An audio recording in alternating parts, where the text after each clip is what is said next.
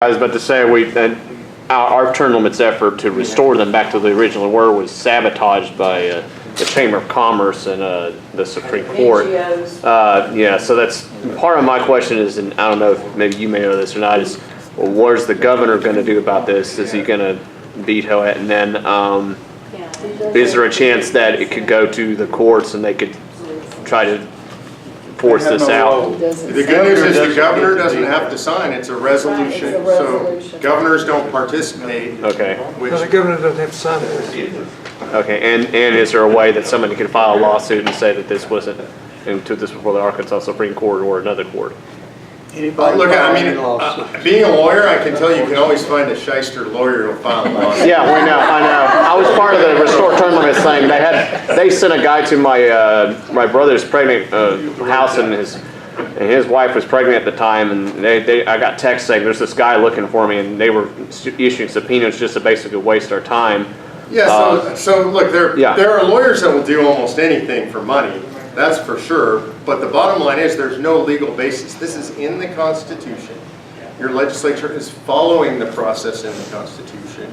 And actually the federal courts have ruled on stuff around Article 5 over 40 times. It's all considered a settled law. One of the most recent cases in the 80s said virtually everything about Article 5 that can be litigated has been.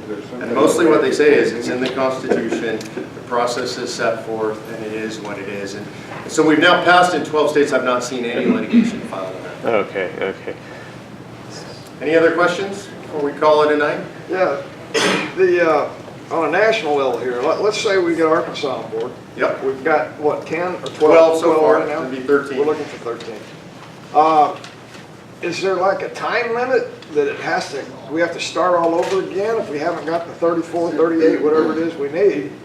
It's 34, which is 2/3, and no, there's no time limit. A legislature can, if they choose, put a sunset provision on it, like they can do with anything that they pass.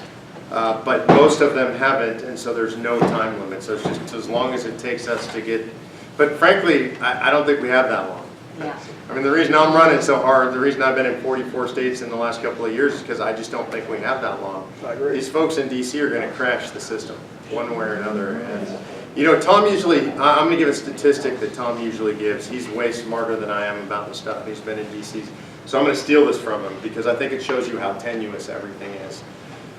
You know, the federal government sells debt to finance our government, right? And so they issue bonds. And there's something on bonds called the bid to cover ratio. And in plain English, what that means is for every dollar of bond, how many people, how many dollars are bidding for that dollar bond. And that tells you where the interest rates will be, right? Supply and demand. More people demanding that $1, lower the interest rates are. The federal government doesn't have to pay high interest rates. So about 10 years ago, the average bid to cover ratio was 3.6. So $3.6 bidding for every dollar keeps the interest rates low on our national debt, right? Today, the bid to cover ratio, last I looked, is about 1.6.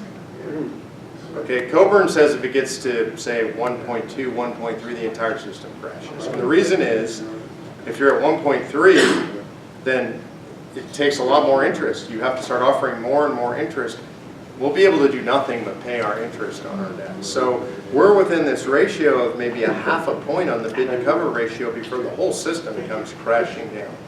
And so we don't know what will crash the system. Nobody can predict that black swan event. What we do know is it will come.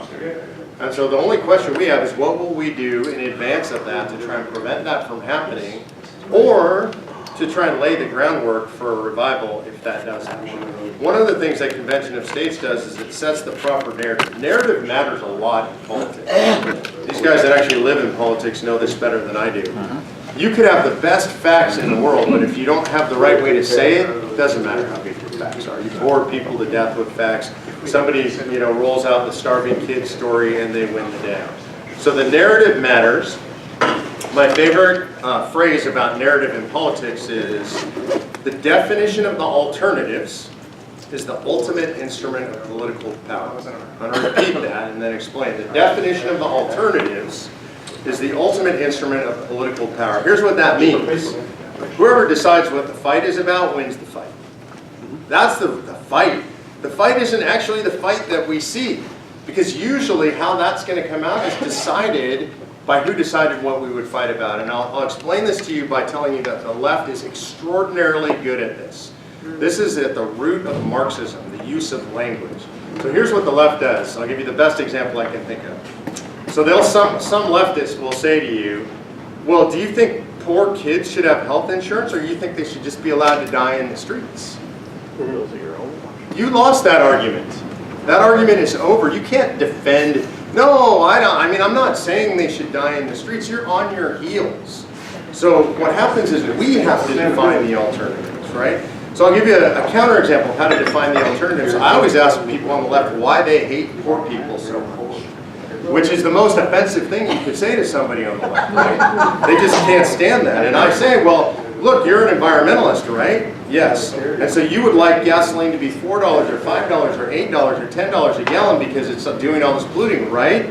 Yes. So do you want poor people to starve, or do you want them to have gas to put in their car? Like, it's one or the other, right? Yeah. Because for those of us who have more money, it's not that, I mean, we may not like it, but poor people starve because they have to decide, are they going to feed their family or put gas in their car? So which is it? What do you want? You want them to have gas, or you want them to starve? So we define the alternatives in this fight, and this is, I'll close with this, and we'll close. I'll stick around as long as you guys want me to answer questions. I'll answer them personally, but we need to close for the night. When I talk about convention of states, this is my definition of the alternatives. There's a question that we should all ask our neighbors, our friends, our representatives, our senators. The question is this: in America, who decides? Us or Washington, D.C.? I'll tell you, everybody answers, I should decide, we should decide, my family should decide, me and my doctor should decide, me and my community should decide.